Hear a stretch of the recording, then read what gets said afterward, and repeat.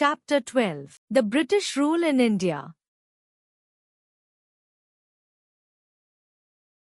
Introduction to the chapter. India is famous for its riches since ancient times. Its spices, silk, cotton, textiles, gold, pearls, etc., were also world famous. These articles were highly popular in other countries. India had been carrying on trade with countries like Rome, Greece and Arab empires for long. The arrival of European traders. About 500 years ago, some European countries decided to trade with India. The Arabs were among the first to came India for trade. Later, Greeks, Romans and Europeans also decided to trade with India. So, they began for search sea route to India.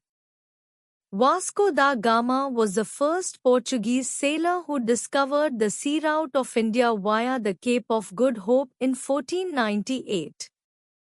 His ship reached at Calicut in Kerala.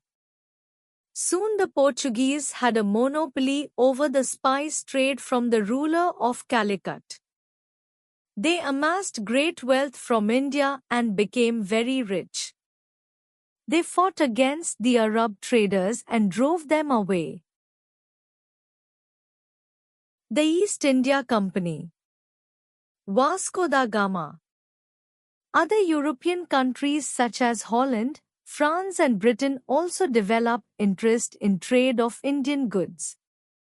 They came to India and fought among themselves. The British defeated other European countries and became the sole traders. Some rich British formed a company to trade with India in 1600 AD. It was named the East India Company. The company was given the exclusive right to trade in the East by Queen Elizabeth. Though the company was interested in earning profit through trade, found it necessary to establish permanent centers with big godowns to store the goods. Upon obtaining trading rights, the British set up trade centers in Bombay and Madras, now Mumbai and Chennai. The company established its first factory at Surat on the west coast of India in 1608 AD. The Mughal Emperor Jahangir permitted the company to establish factories in the whole of the Mughal Empire. Siraj-ud-Daulah. When Siraj-ud-Daulah became the Nawab of Bengal in 1765 AD, he ordered the British to remove their army and stop its construction activities as they had not paid any taxes. The company refused to follow the orders of the Nawab. This led to the Battle of Plassey in 1757, in which Siraj-ud-Daulah was defeated. This victory paved the way for British mastery of Bengal and ultimately helped them in controlling the entire country. The company now became a military power. The Kings and Nawabs of India. The kings and the Nawabs of small kingdoms in India always fought among themselves. The British helped one ruler against the others and gained power and wealth. This policy of British was known as divide and rule. This policy helped the British to capture various kingdoms of Indian rulers. The Indian peasants were timid by nature. They were under the influence of priests, mullahs, landlords and moneylenders. They were the worst affected. In the late 18th century, the British merchants introduced cultivation of indigo, a blue powder used in England for dyeing milk cloth in Bengal. It gradually spread all over Bihar. The farmers had no use for this crop. They were forced to sell it at a very low price. This led the helpless cultivators for begging or starvation, while the company earned huge profits. Exploitation of Indians by the British. The Indian farmers and traders were unhappy with the British. Slowly the Indian industries and crafts were forced to close down. India was converted into the richest source of raw material for the industries in Britain. The Indians were made to buy British cloth at a high price. The British made India a consumer of British goods and rich supplier of raw materials. Once they were firmly established in India, the British started using many unfair means to achieve their aim of getting rich. The British began exploiting the farmers.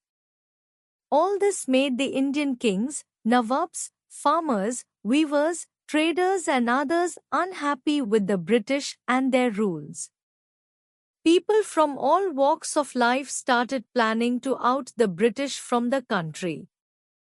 But these people were not united enough to challenge the British rule. Sepoy Mutiny. People in different parts of India had been protecting against the exploitative policies of the British. The revolt of 1857, according to the historians, is an important landmark in Indian history. It was the time when an attempt was made by the Indians to liberate themselves from the British rule. Some scholars called it the Sepoy Mutiny, while others described it as the First War of Independence. Mangal Pandey. Mangal Pandey, a young sepoy, fired the first shot of this revolt. The bullet he fired on 29 March 1857 sparked the army rebellion against the 100-year-old British rule. The first spark of revolt started at Meerut, near Delhi. The revolt spread over large parts of northern and central India.